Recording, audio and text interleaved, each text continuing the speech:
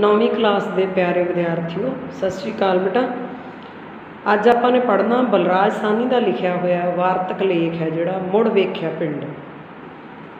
मुड़ वेख्या पिंड मूल पाठ 16 अक्तूबर 1662 ईस्वी सवेरे उठद्या सार पहला थाने रिपोर्ट लिखाई, फिर बसां दे अड्डे उत्ते जा पुजे।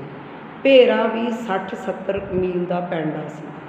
सिकंदर नाल सी, सगों दो होर मित्र भी तैयार हो गए सन। उस वेले मैं उन्हां दे साथ का मुल ना पाया।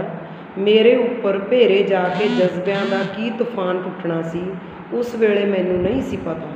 उस वेले भेरा मैनू सौखी जही मुहिम जापिया सी। बस भेरे वाल नठदी जा रही सी। पर मैनू विश्वास नहीं सी आंदा कि सचमुच मैं थोड़े चिर अंदर भेरे पुज जावांगा। पिछली वारी जदों भेरा वेख्या सी 40 साल पुरानी गल है, उदों मेरी उम्र होवेगी मसां 8-9 सालों की। भेरा निक्का जिहा शहर सी, उहदी गली गली ते चप्पे चप्पे दियां दौड़ां मार छड्डदे। लेखक हुण अपने बारे दसदा भी मैं बचपन दे विच असीं दोस्त मित्र इकट्ठे होके भैण भरा इकट्ठे होके की करदे सी। खुखरान बरादरी वालियां दे अपने अलग अलग मुहल्ले सन। सानियां दा मुहल्ला, आनंदां दा, कोलियां दा आदि।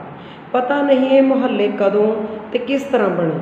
हर मुहल्ले का अपना दरवाज़ा हुंदा सी। मेरे ताई जी मुहल्ले दियां कुछ साथणां नाल सवेरे मूँह हनेरे जेहलम दरिया इशनान करन जांदे सन।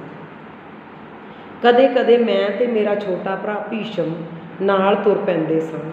पहला पड़ाव चिड़ी चोग, दूजा घड़ी भन ते तीजा औखा पैंडा दरिया तीक दा, जो घड़ी मुड़ी छड्ड के कदे नेड़े ते कदे दूर चला जांदा सी।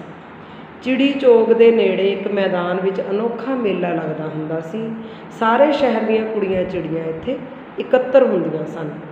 कदे कदे रातीं साडे हेठले सुफे विच तरंजण लगदा। मेरियां दोवें भैणां सहेलियां सहित माता जी दी चतुर प्रधानगी हेठ सारी सारी रात चरखा कतदियां। चतुर प्रधानगी मतलब उहदे मम्मी ने जिहड़े माता जी ने उहदे बड़े मतलब अलर्ट किस्म की औरत सी। भी ऐ नहीं भी उन्दियां जिहियां लेडीज़ वांगू कुड़ियां की गल्लां करदियां ने की ना, ऐ मतलब बेध्यानी च बैठे रहन। तां जिहड़ा सुफा शब्द है बेटा, वो कहंदा ना भी साडे कदे कदे राती साडे हेठले सुफे विच, सुफा शब्द है मतलब ड्यूड़ी नूं कहंदे ने। आम पंजाब दे विच आपां ड्यूड़ी कहने, उधर सुफा कहंदे ने, क्योंकि पाकिस्तानी भाषा इहदे च ज़्यादा वरती गई है। कितनियां ही तस्वीरां कल्पना के परदे उत्ते अक्स पा गईयां। कणक के हरे भरे खेत जिन्हां विच लुकण मिट्टी खेडदे सां, जिन्हां दे बूटे तोड़ के तूतणियां बनांदे सां, सिट्टे तोड़ के शरारत नाल राह लंघदियां दियां सलवारां दे पहुंचिਆਂ विच घुसेड़ सुੱਟਦੇ सां।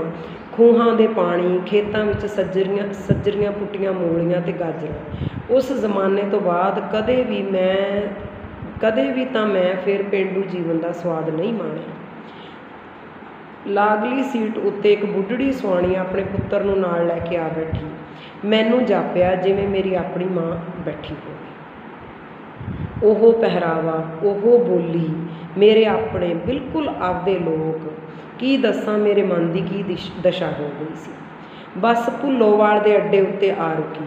मैनू नहीं सी पता कि भुल्लोवाल भेरे तो कुल 10-12 मील की वाट उत्ते है। ड्राइवर ने दस्सिया बस इत्थे पौना घंटा खलोती रहेगी। कुल 3 घंटे तो रह गए सन मेरे कोल भेरा देखण लई। उस विचों पौना घंटा इत्थे ज़ाया हो जाएगा। मतलब लेखक नूं क्योंकि पाकिस्तान च गया, हुण उहदा अपना देश है नहीं पाकिस्तान, इस करके उन्होंने टाइम मिलिया होया सी हुण 3 घंटे का या 4 घंटे का, भी तुसीं इन्नी देर भेरे नाम के शहर दे विच अपने जद्दी शहर दे विच रुक सकते हो। अपने साथियों तो पुछे बगैर मैं सीधा अड्डे के मुंतजिम कोल जिहड़ा इमारत के बरांडे विच कुर्सी ढा के हिसाब किताब कर रहा सी। कहंदा मुंतजिम किहनूं कहंदे ने, जिहड़ा उत्थों का इंतजाम देखदा होवे अड्डे का। मैं उन्होंने दस्सिया किवें मैं 40 सालों बाद केवल 3 घंटे लिए वतन देखण दे काबिल होया हाँ, अते किवें मेरे लिए अड्डे उत्ते पौना घंटा गुजारना असह हो रहा है।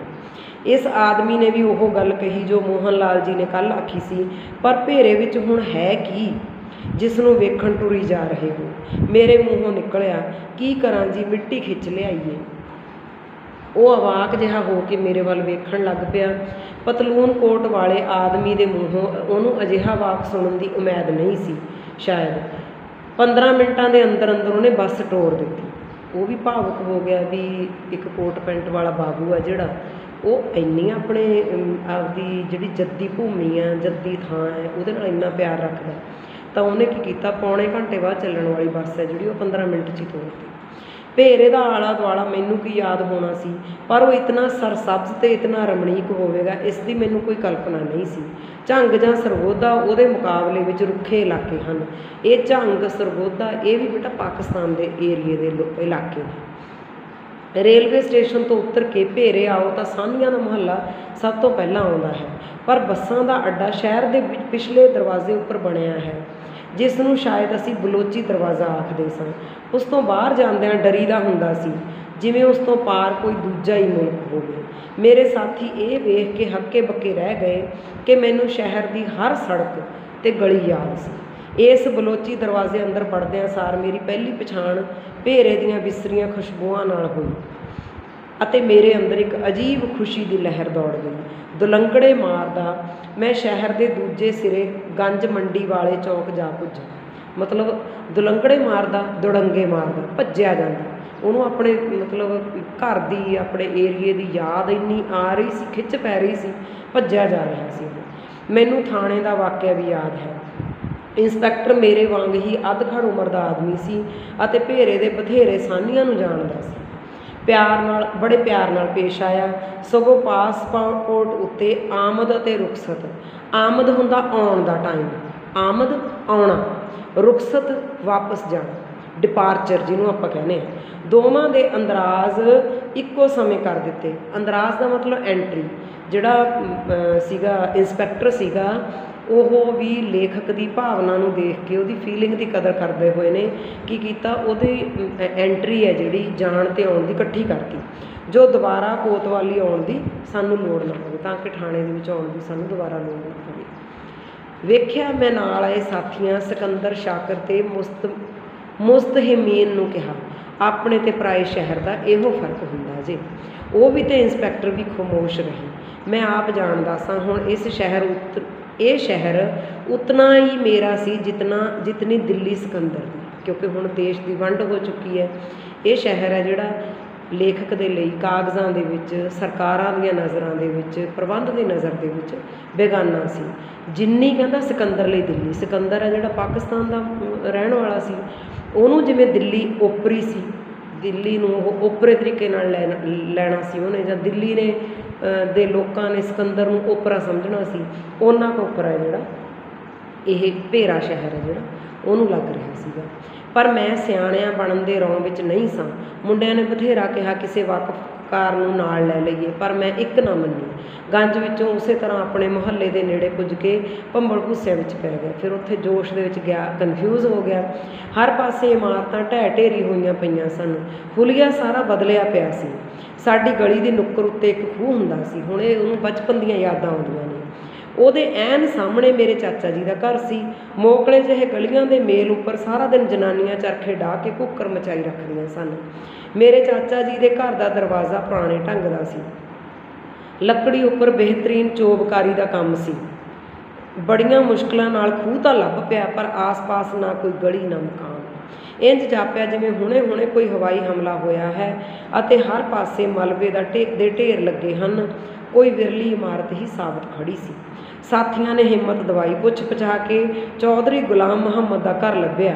ਥੋੜ੍ਹਾ ਚਿਰ ਉਡੀਕਣ ਤੋਂ ਬਾਅਦ ਉਹ ਬਾਹਰ ਆਏ। ਮੇਰੀ ਹੀ ਉਮਰ ਦੇ ਸਨ। ਵੇਖਦਿਆਂ ਸਾਰ ਮੈਨੂੰ ਉਹਨਾਂ ਦਾ ਬਚਪਨ ਦਾ ਰੂਪ ਵੀ ਚੇਤੇ ਆ ਗਿਆ। ਬਚਪਨ ਵਿੱਚ ਅਸੀਂ ਇਕੱਠੇ ਖੇਡੇ ਸੀ। ਮੈਂ ਉਹਨਾਂ ਨੂੰ ਆਪਣੀ ਪਛਾਣ ਕਰਾਈ। ਮੇਰੇ ਪਿਤਾ ਜੀ ਦਾ ਨਾਂ ਸੁਣਦਿਆਂ ਸਾਰ ਉਹ ਮੇਰੇ ਗਲ ਨਾਲ ਆ ਲੱਗੇ ਅਤੇ ਜ਼ਾਰੋ-ਜ਼ਾਰ ਰੋਣ ਲੱਗੇ। ਦਾਦੇ ਪੋਤਰੇ ਭਰਾ ਸਾਂ ਦੋਵੇਂ, ਇੱਕ ਖੂਨ, ਪਰ ਵੰਡ ਤੋਂ ਬਾਅਦ ਉਹ ਮੁਸਲਮਾਨ ਹੋ ਗਏ ਸਨ, ਮੈਂ ਹਿੰਦੂ ਰਹਿ ਗਿਆ ਸੀ। ਮਤਲਬ ਕਿਉਂਕਿ ਉੱਧਰ ਜਿਹੜੇ ਬੇਟਾ ਲੋਕ ਰਹਿ ਗਏ, ਹਿੰਦੂ ਵੀ ਰਹਿ ਗਏ, ਉਹਨਾਂ ਨੂੰ ਆਪਣਾ ਧਰਮ ਹੈ ਜਿਹੜਾ ਉਹ ਤਬਦੀਲ ਕਰਨਾ ਪਿਆ। ਉਹ ਪਾਕਿਸਤਾਨੀ ਸਨ, ਮੈਂ ਹਿੰਦੁਸਤਾਨੀ। ਸਾਡੀਆਂ ਜੁੜੀਆਂ ਹੋਈਆਂ ਬਾਹਾਂ ਅਤੇ ਛਾਤੀਆਂ ਦੇ ਵਿਚਕਾਰ ਇੱਕ ਖਾਈ ਸੀ। ਇਤਨੀ ਲੰਮੀ ਤੇ ਚੌੜੀ ਜਿਸ ਦਾ ਕੋਈ ਹਿਸਾਬ ਨਹੀਂ ਸੀ। ਇੱਕ ਦੂਜੇ ਦੇ ਦਿਲਾਂ ਦੀਆਂ ਧੜਕਣਾਂ ਮਹਿਸੂਸ ਕਰਦੇ ਹੋਏ ਵੀ ਅਸੀਂ ਇਸ ਖਾਈ ਤੋਂ ਗਾਫਲ ਨਹੀਂ ਸਾਂ। ਗਾਫਲ ਦਾ ਮਤਲਬ ਹੁੰਦਾ ਜਾਣਕਾਰ ਨਾ ਹੋ, ਗਾਫਲ ਨਹੀਂ ਸੀ ਹੋ ਸਕੇ। ਇਸ ਕਲਪਿਤ ਪਰਿਸਥਿਤੀ ਨੇ ਮੈਨੂੰ ਇੰਨਾ ਬੌਂਦਲਾ ਛੱਡਿਆ ਕਿ ਮੈਨੂੰ ਰੋਣ ਵੀ ਨਹੀਂ ਸੀ ਆ ਰਿਹਾ। ਮਤਲਬ ਉਹ ਇੰਨਾ ਬੌਂਦਲ ਗਿਆ, ਲੇਖਕ ਹੈ ਜਿਹੜਾ, ਘਬਰਾਹਟ ਉਹਨੂੰ ਹੋਣ ਲੱਗ ਗਈ, ਬੌਂਦਲ ਗਿਆ ਵੀ ਉਹਨੂੰ ਸਮਝ ਨਹੀਂ ਸੀ ਲੱਗਦੀ ਮੈਂ ਹੁਣ ਕੀ ਕਰਾਂ। ਫਿਰ ਉਹ ਸਾਨੂੰ ਘਰ ਦੇ ਅੰਦਰ ਲੈ ਗਏ। ਘਰ ਨਵਾਂ ਨਵਾਂ ਬਣਿਆ ਸੀ, ਬਾਹਰ ਟਿੱਬਾ ਸੀ ਸਾਡੇ, ਜਿਵੇਂ ਸਾਡੇ ਘਰ ਦੇ ਸਾਹਮਣੇ ਹੁੰਦਾ ਸੀ। ਇਸ ਉੱਪਰੋਂ ਲੰਘਦੀ ਚਿੱਟਾ ਬੁਰਕਾ ਪਾਈ ਉਹਨਾਂ ਦੀ ਪਤਨੀ ਮੇਰੀ ਭਾਬੀ ਮਕਾਨ ਦੇ ਪਿਛਵਾੜੇ ਚਲੀ ਗਈ।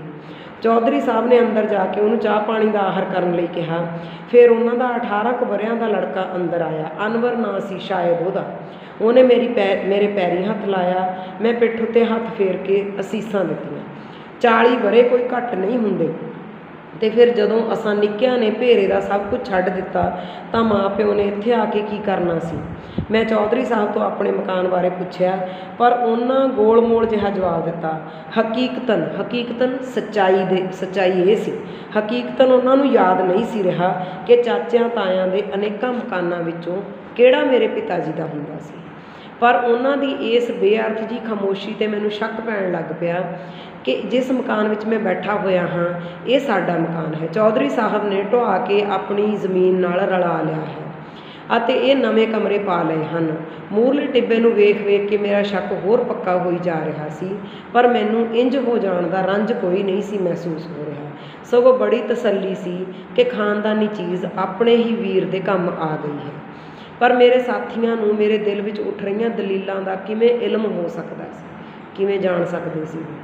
ਉਹ ਘੜੀ ਮੁੜੀ ਵਕਤ ਦੀ ਤੰਗੀ ਵੱਲ ਇਸ਼ਾਰਾ ਕਰਦੇ ਅਤੇ ਕਹਿੰਦੇ, ਆਪਣਾ ਮਕਾਨ ਤੋਂ ਢੂੰਢੀਏ। मैं उन्होंने टाल छड़दा, नहीं अपने भाई से मिल लिया, अब मुझे मकान देख के क्या करना है। चौधरी साहब ने अपने पुत्र नूं कहा, अनवर जा उत्थों दोस्त मुहम्मद नूं सद लिया, मते उसनूं खबर हो गई। उन्हें अपने बेटे नूं कहा, चौधरी ने अनवर नूं, कि दोस्त मुहम्मद कोई बजुर्ग है भी उन्होंने बुला लिया, की पता मते उसनूं खबर हो गई, मते शायद उन्होंने पता हो गई। थोड़े चिर बाद 17 ਕੁ ਵਰਿਆਂ ਦਾ ਬੁੱਢਾ ਦੋਸਤ ਮੁਹੰਮਦ ਵੀ ਆ ਕੇ ਮੰਜੀ ਉੱਤੇ ਬਹਿ ਗਿਆ। ਉਸਨੇ ਸਿਰ ਉੱਤੇ ਚਿੱਟੀ ਪੱਗ ਬੰਨ੍ਹੀ ਹੋਈ ਸੀ, ਹੂਬਹੂ ਉਸੇ ਤਰ੍ਹਾਂ ਦੀ ਜਿਵੇਂ ਮੇਰੇ ਪਿਤਾ ਜੀ ਬੰਨ੍ਹਦੇ ਸਨ। ਸ਼ਕਲ ਸੂਰਤ ਬੋਲ ਚਾਲ ਵੀ ਉਹਨਾਂ ਨਾਲ ਮਿਲਦੀ ਸੀ। ਇਹ ਦੋਸਤ ਮੁਹੰਮਦ ਅਨੇਕਾਂ ਵਰ੍ਹੇ ਦੀਵਾਨ ਦੇਸ਼ ਰਾਜਸਾਨੀ ਹੋਰਾਂ ਦੀ ਦੇਖਭਾਲ ਕਰਦਾ ਰਿਹਾ ਸੀ। ਦੀਵਾਨ ਸਾਹਿਬ ਬੈਰਿਸਟਰ ਸਨ ਅਤੇ ਰਾਵਲਪਿੰਡੀ ਪ੍ਰੈਕਟਿਸ ਕਰਦੇ ਸਨ। ਉਹਨਾਂ ਦੇ ਲੜਕੇ ਨਾਲ ਮੇਰੀ ਭੂਆ ਦੀ ਧੀ ਵਿਆਹੀ ਸੀ। ਦੀਵਾਨ ਸਾਹਿਬ ਭੰਡਾਰੇ ਦੇ ਦਿਨ ਤੀਕ ਬਾਕਾਇਦਾ ਫੇਰਾ ਮਾਰਦੇ ਹੁੰਦੇ ਸਨ, ਕਿਉਂਕਿ ਭੇਰੇ ਦੇ ਆਸ-ਪਾਸ ਉਹਨਾਂ ਦੀਆਂ ਜ਼ਮੀਨਾਂ ਵੀ ਸਨ। ਪਰ ਦੋਸਤ ਮੁਹੰਮਦ ਨੂੰ ਸਾਡਾ ਘਰ ਭੁੱਲ ਭੁਲਾ ਗਿਆ ਸੀ, ਕਿਉਂਕਿ ਮੇਰੇ ਪਿਤਾ ਜੀ ਘੱਟ ਵੱਧ ਕਦੇ ਭੇਰੇ ਜਾਂਦੇ ਸਨ। ਜੇ ਮੈਂ ਹੋਰ ਵਿਸਥਾਰ ਨਾਲ ਨਿਸ਼ਾਨੀਆਂ ਦੱਸਦਾ ਤਾਂ ਸ਼ਾਇਦ ਉਹਨਾਂ ਨੂੰ ਕੁਝ ਚੇਤੇ ਆ ਜਾਂਦਾ, ਪਰ ਹਾਲਾਤ ਹੀ ਕੁਝ ਅਜੀਬ ਬਣੀ ਹੋਈ ਸੀ। ਇੱਕ ਪਾਸੇ ਗੁਲਾਮ ਮੁਹੰਮਦ ਕੁਰਸੀ ਉੱਪਰ ਨੀਵੀਂ ਪਾਈ ਲਗਾਤਾਰ ਰੋਈ ਜਾ ਰਿਹਾ ਸੀ। ਉੱਧਰ ਬੁੱਢੇ ਦੋਸਤ ਮੁਹੰਮਦ ਦੀਆਂ ਅੱਖਾਂ ਵਿੱਚੋਂ ਵੀ ਜਿਵੇਂ ਗੰਗਾ ਜਮਨਾ ਵਹਿ ਤੁਰੀਆਂ ਸਨ। ਮੇਰੇ ਆਪਣੇ ਲਈ ਬੋਲਣਾ ਔਖਾ ਹੋ ਰਿਹਾ ਸੀ।